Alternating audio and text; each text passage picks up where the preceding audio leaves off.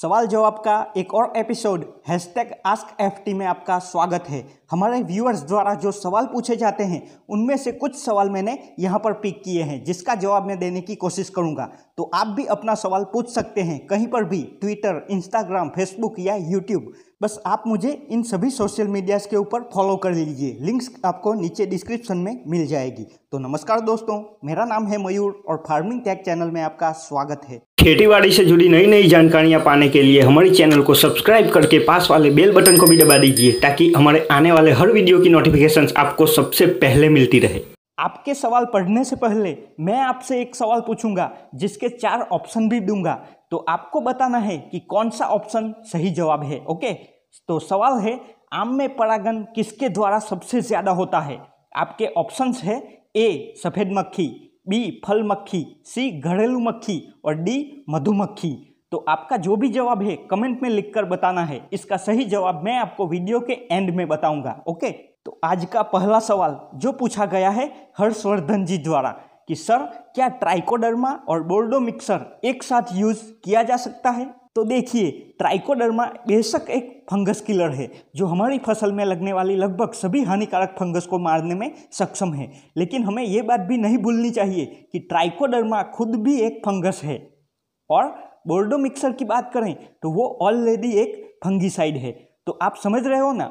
तो बोर्डो मिक्सर के साथ ट्राइकोडर्मा का यूज़ किया जाए तो हो सकता है कि वो ट्राइकोडर्मा को भी मार दें या बेअसर कर दें।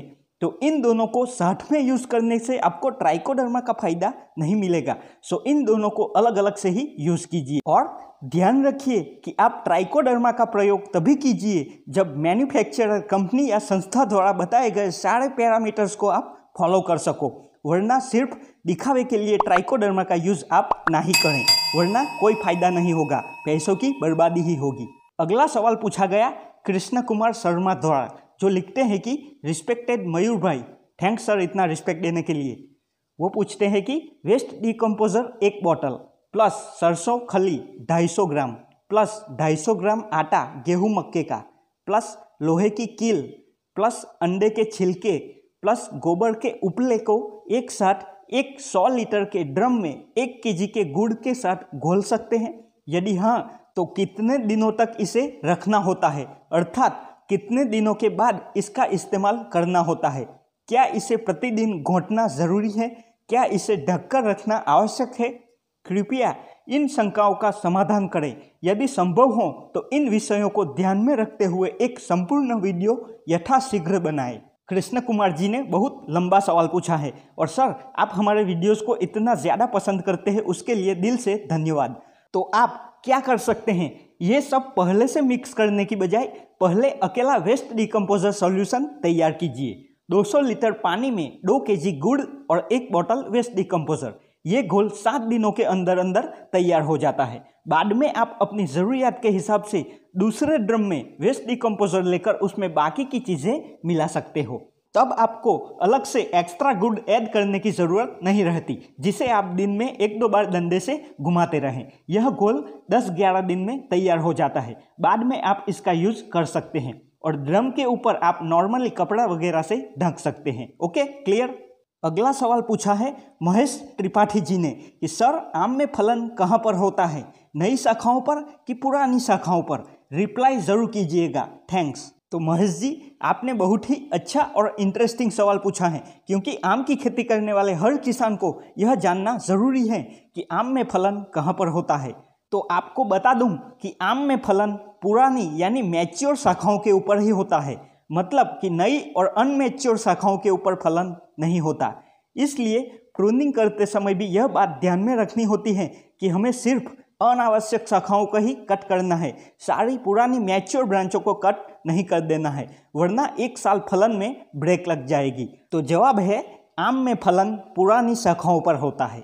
अगला सवाल पूछते हैं अमित यादव जी कि सिंगल सुपर फॉस्फेट में गंधक कितना होता है? तो आई थिंक अमित जी पूछना चाहते हैं कि एसएसपी में सल्फर की मात्रा कितना प्रतिशत होती है? तो एसएसपी यानी सिंगल सुपर फॉस्फेट, जो कि एक दानेदार उर्वरक है जिसमें फॉस्फोरस होता है 14.5%, सल्फर होता है 11% और साथ में कैल्शियम भी होता है 21%। ओके, अगला सवाल पूछा है अरुण परमार जी ने कि सर मैंने कई किसानों को खाद का स्प्रे करते देखा है, तो मैं जानना चाहता हूं कि किन किन पोषक तत्वों का स्प्रे हम पत्तियों के ऊपर कर सकते हैं।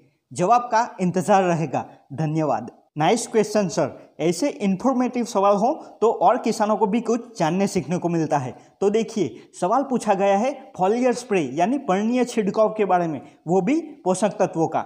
तो सबसे असरदार रिजल्ट की बात करें तो मुख्य पोषक तत्व एनपीके में एन यानी नाइट्रोजन का उपयोग डायरेक्ट पर्णीय छिड़काव के रूप में ज़्यादा किया जाता है। और सूक्ष्म पोषक तत्वों की बात करें तो सभी माइक्रोन्यूट्रिएंट्स का उपयोग भी फॉलियर स्प्रे के रूप में कर सकते हैं। तो अब बारी मेरे सवाल की, जो वीडियो के शुरुआत में मैंने आपसे पूछा था कि आम में परागण किसके द्वारा सबसे ज़्यादा होता है, जिसका सही आंसर है ऑप्शन सी, घरेलू मक्खी यानी हाउस फ्लाई द्वारा, जो आम में सबसे ज़्यादा परागण फैलाने वाला सहायक कीट है। तो यह थे कुछ सवाल जो किसानों द्वारा पूछे गए और मुझे लगता था कि इसका आंसर देना चाहिए।